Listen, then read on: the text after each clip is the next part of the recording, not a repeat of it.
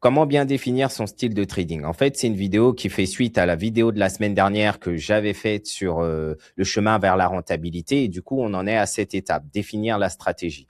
Avant ça, il y a définir le temps à consacrer au trading. Donc, ça, c'est propre à chacun.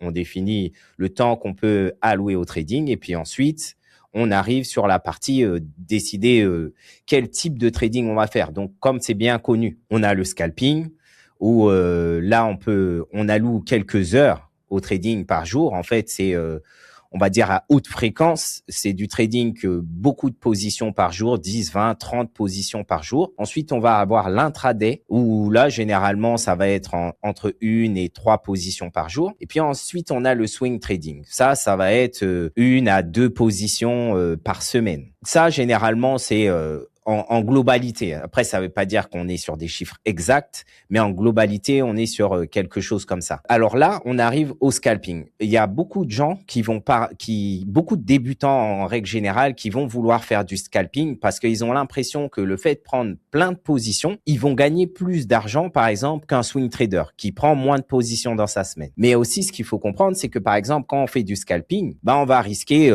ça va dépendre de chacun, mais 0,10%, 0,20%. Donc, on va pas risquer la même chose qu'en intraday ou qu'en swing. Et ce qui est normal, puisqu'on prend pas du tout le même nombre de positions par jour. Et aussi, après, ce qu'il faut comprendre, c'est que à chaque fois qu'on prend une position, on entre sur les marchés, on a un potentiel de perte qui est logique, forcément. Il y a le potentiel de gain, mais il y a le potentiel de perte qui va avec. Et ça, faut le comprendre. En fait, chaque exposition qu'on prend, c'est un risque de perdre de l'argent. On sait ce qu'on peut perdre, on sait pas ce qu'on peut gagner. Donc, il faut toujours rentrer dans le marché avec ce potentiel en tête de perdre de l'argent. Donc, c'est pour ça que pour moi, c'est juste une fausse idée reçue. Le fait de se dire que le fait de prendre beaucoup de positions, on va gagner plus qu'un swing trader ou qu'un day trader. Parce que ici, on risque moins. Par exemple, un day trader, lui, va risquer... alors, ça va dépendre bien sûr de chacun et du nombre de positions qu'il prend, mais on va dire entre 0,5 et 1% par position, potentiellement. Et puis, après, on va avoir le swing trader. Pareil, ça dépend de chacun. Mais un swing trader, il va pas risquer 1% parce que 1% en prenant 2 positions par semaine, ça fait pas beaucoup, sachant qu'on peut avoir une position perdante ou les deux perdantes. Donc généralement, pour un swing trader, on va être entre 2 et 5%, voire plus, selon le profil de chacun. Ça dépend de chacun. Chacun fait ce qu'il veut. Mais c'est pour ça que, pour moi, en fait, le scalping, déjà, ça serait quelque chose à rayer. Pour la plupart des débutants, c'est quelque chose à pas faire. Pourquoi? Parce que le scalping, c'est quelque chose qui va demander des réactions rapides. Et il y a beaucoup d'émotions qui sont en conséquence. Par exemple, si tu ouvres une position toutes les 5 minutes, forcément, on va dire qu'au bout de la 3e, 4e position, tu es beaucoup moins lucide sur ce que tu fais que au bout de la première position. À ta première position, tu as encore les idées claires, tu respectes ton plan. Voilà, là tu es bien. Mais arrivé à la 3e position, si tu as déjà commencé à perdre les toutes premières positions que tu as prises, forcément à la 4e position, tu n'as plus les idées de la même manière. Ton idée, surtout en tant que débutant, c'est essayer de refaire l'argent que tu as perdu au début. Donc, c'est pour ça que pour moi, de base, c'est un style de trading que je dirais qui est pas du tout adapté pour les débutants. Et puis après aussi, ce qu'il faut savoir, c'est que le scalping, ça va demander du temps. Et ça demande de passer beaucoup de temps devant son écran. Et généralement, quand on est débutant, soit on a un autre travail à côté, soit on est à l'école, mais on n'a pas toute la journée à consacrer. Par exemple, toute la session de Londres ou toute la session de New York à attendre nos setups. Donc, franchement, pour moi, je pense que c'est vraiment la pire stratégie pour un débutant. Après, ça ne veut pas dire que c'est pas une stratégie qu'on peut gagner de l'argent avec. C'est juste que c'est pas adapté pour un débutant ou pour quelqu'un qui va pas avoir beaucoup de temps. Ensuite, on va avoir l'intraday. L'intraday, comme ça porte son nom, il va falloir trader sur la journée. Donc, ça veut dire on prend une position peut-être en début de session de trading et puis en fin de journée ou en fin de sa session de trading, on ferme la position. Là, notre risque, il est dans la moyenne, hein, comme je disais avant, entre 0,5 et peut-être 1% par position. Ça dépend de chacun, mais on va parler en globalité. Donc déjà, sur une journée, on peut avoir pris moins de positions qu'un scalper, mais gagner autant que lui, ou voire plus que lui. Mais pourtant, on a été moins exposé au marché. On a eu moins ce risque de perte. Et on a aussi le fait que moins d'émotions impliquées, puisqu'il y a moins de trades, un peu plus de temps pour réfléchir et puis rentrer en position, faire ses calculs correctement. Il n'y a pas de rush. On n'est pas vraiment dans un rush quand on est en intraday. Donc, à la limite, pour moi, c'est là que ça devient encore intéressant pour un débutant. Surtout pas le scalping. L'intraday, pourquoi pas, mais après, ça demande d'avoir quand même pas mal de temps. Il faut pouvoir trader toute sa journée ou au moins une bonne partie de sa journée. Après, ça peut le faire. Puis ensuite, on va avoir le swing trading. Alors forcément, moi, c'est mon style de trading, c'est ce que je préfère parce que pour moi, j'estime que le moins on passe de temps devant ces graphiques, le plus c'est rentable. Et je pense aussi que c'est le style de trading le plus adapté pour la majorité des gens. Pourquoi? Parce que comme je disais juste avant, la majorité des gens vont avoir un travail ou être en études. Alors avec le swing trading, ça permet de prendre faire ses analyses le week-end, prendre ses positions quand les alertes sonnent. Et puis voilà, on a notre alerte qui sonne. On a généralement une demi-heure, 1 heure pour venir sur les graphiques pour pouvoir regarder ce qui se passe. Ça veut dire que si on est au travail, on peut aller prendre une pause rapide ou sa pause déjeuner, on prend sa position.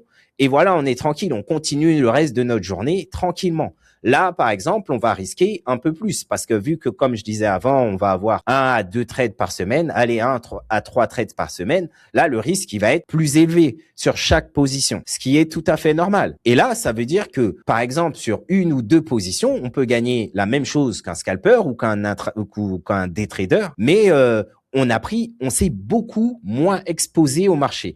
Là, dans ce type de trading, le swing trading, les émotions sont beaucoup moins impliquées que ces deux types de trading. Parce qu'en swing trading, tout est calme. On a beaucoup de temps pour prendre des décisions. Les analyses, elles sont faites à froid le week-end. Donc, généralement, là, les marchés sont fermés le week-end. En tout cas, sur le Forex, les marchés sont fermés.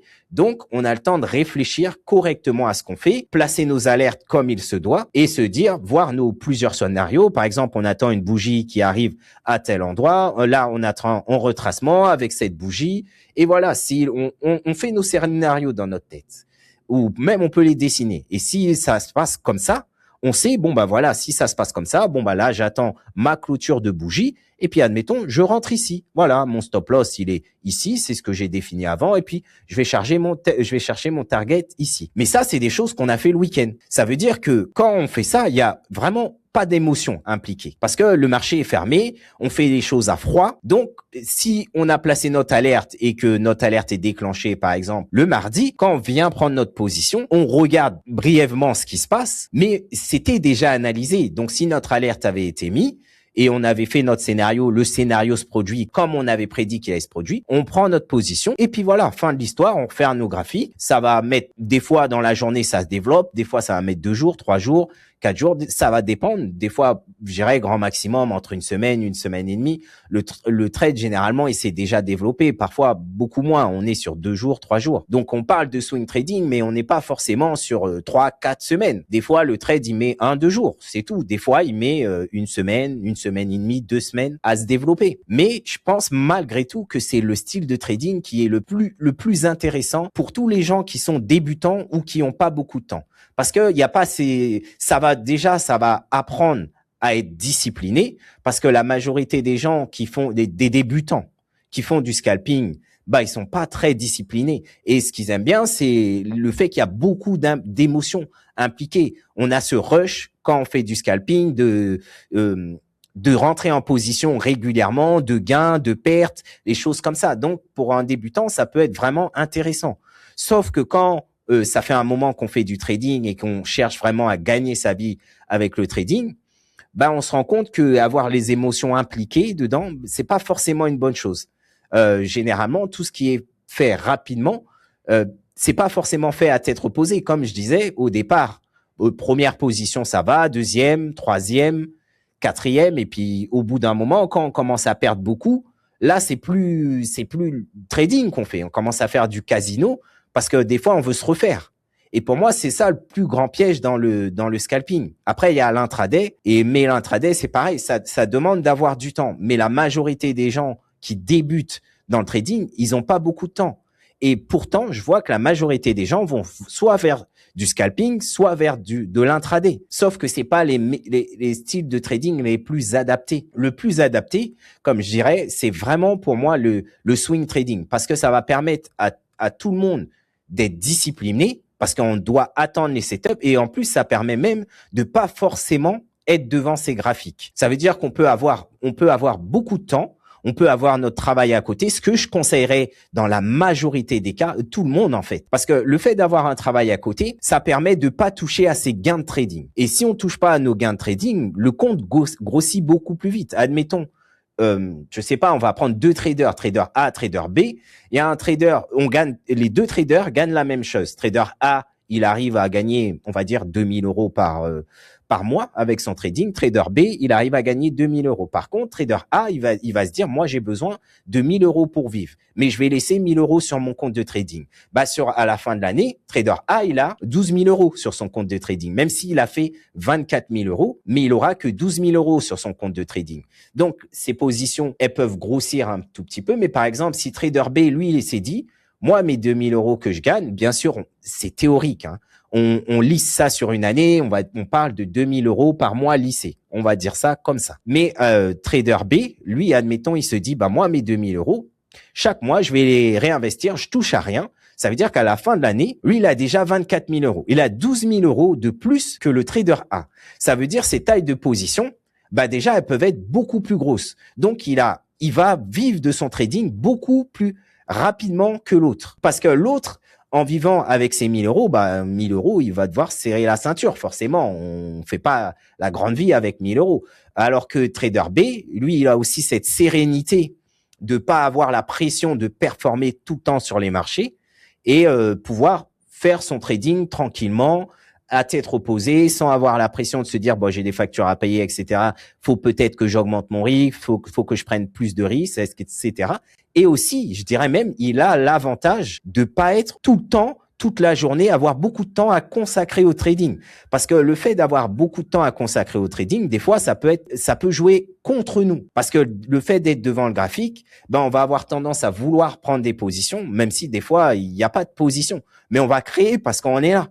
Alors que celui qui bosse et qui a son travail à côté, qui a ses cours à côté, il n'a pas le temps de faire tout ça. Lui, il a fait son truc le week-end. Peut-être dans la semaine, il revient ou les matins, chaque matin, il regarde vite fait, brièvement.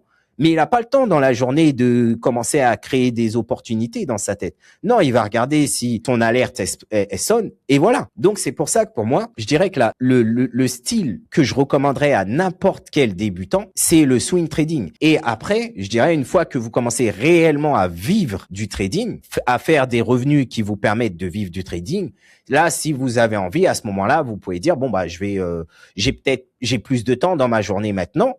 Je vais voir un peu du côté de l'intraday ou du scalping, parce que peut-être il y a des choses que j'aime pas dans le swing, par exemple le fait de garder les positions plusieurs jours, peut-être que j'aime pas ça, ça m'empêche de dormir ou quelque chose comme ça. Mais dans les débuts, je recommanderais et puis même moi ça fait quand même 5 ans que je trade, mais c'est toujours le style de trading que je préfère parce que j'ai pas de pression et j'ai le temps d'aller faire toutes mes affaires. Je vais au sport, je fais mes courses, je fais toutes mes petites affaires tranquille. Je vis ma vie et en même temps, je gagne de l'argent. Parfois, j'en perds, bien évidemment, mais ça me permet aussi de gagner de l'argent sans forcément me concentrer là-dessus. Et ce que j'avais remarqué aussi avec moi, parce qu'avant, j'étais plus dans le day trading, on va dire, je prenais plus de positions par jour, c'est que le fait de prendre plus de positions par jour me faisait pas gagner plus d'argent. C'est ça que je m'étais rendu compte. C'est pour ça qu'ensuite, j'ai décidé de plus me rester sur du swing, parce que là, c'est là que j'ai remarqué, je faisais moins d'erreurs, j'étais moins exposé au marché, et puis les décisions que je prenais, c'était toujours à tête froide. Le week-end, quand le marché est fermé, donc pour moi, c'était beaucoup plus simple. Donc c'est pour ça que c'est vraiment ce que je recommande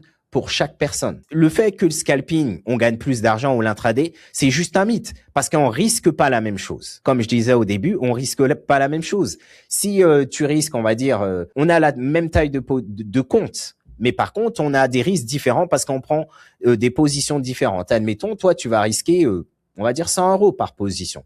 Ici, là, lui, il va risquer, on va dire, 500 € par position. Et puis, lui, dans des swing traders, peut-être, lui, il va risquer 1500 € ou 2000 €. Voilà. En fait, c'est pas compliqué. Et c'est ce qui fait que on peut gagner exactement la même chose ou l'un de ces styles peut gagner plus que l'autre. En fait, je dirais même pas forcément qu'il y a un style qui permet de gagner plus que l'autre. Ça va juste dépendre du risque par position. Et c'est tout. C'est ça qui fait la différence. Mais pour la majorité des gens, le plus adapté, surtout au début, c'est le swing. Parce que c'est ce qui laisse le plus de temps libre. Là, aujourd'hui, on a vu, du coup, la partie définir sa stratégie. On est allé plus en profondeur là-dessus. Maintenant, si vous voulez que je vous fasse une vidéo sur comment réellement bien backtester la stratégie, les échantillons de trades, le nombre de trades, etc., dites-le moi en commentaire. En fait, je peux vous détailler toutes les parties. Je peux aller en profondeur sur toutes les parties. Dites-le moi juste en commentaire et puis je vous ferai des vidéos sur chaque sujet. Et en attendant la vidéo de la semaine prochaine, trade intelligemment et prends soin de ton capital.